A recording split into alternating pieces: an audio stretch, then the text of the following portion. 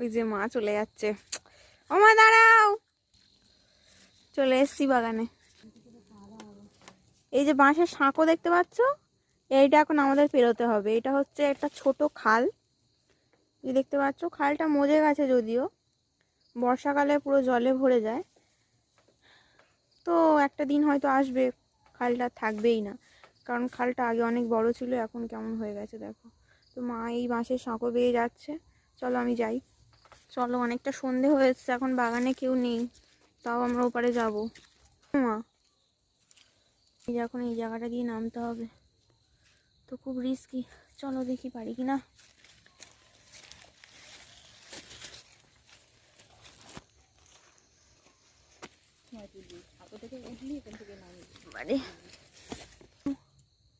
দেখো খালটা পুরো মজে গেছে, কি অবস্থা হয়েছে দেখো। চলো এখন মুলোর ফুলটা তুলে আনি ঘট পুজোর জন্য। ভিডিওটা ভালো লাগলে সাবস্ক্রাইব করো। চলে এসেছি বাবরে, এই যে কেমন হয়েছে দেখো। ফুলটা তুলে নাও বাবাই, শক্ত নাকি?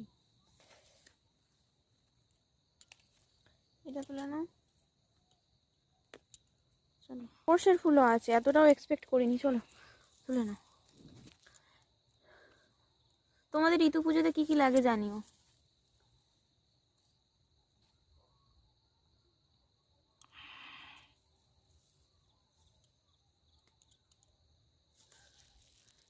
এই যে দেখো পুরো অন্ধকার হয়ে আসছে, কেউ নেই।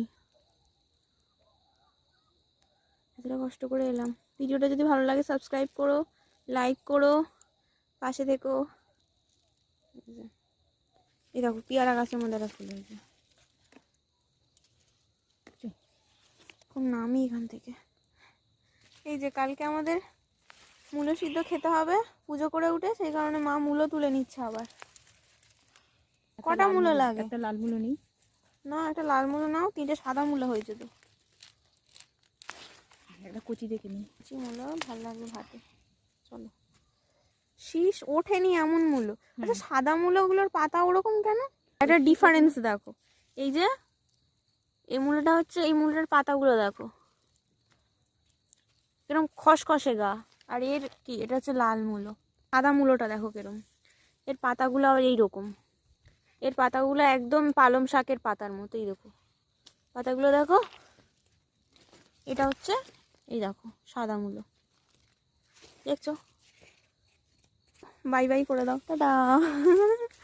আসতে চলো না।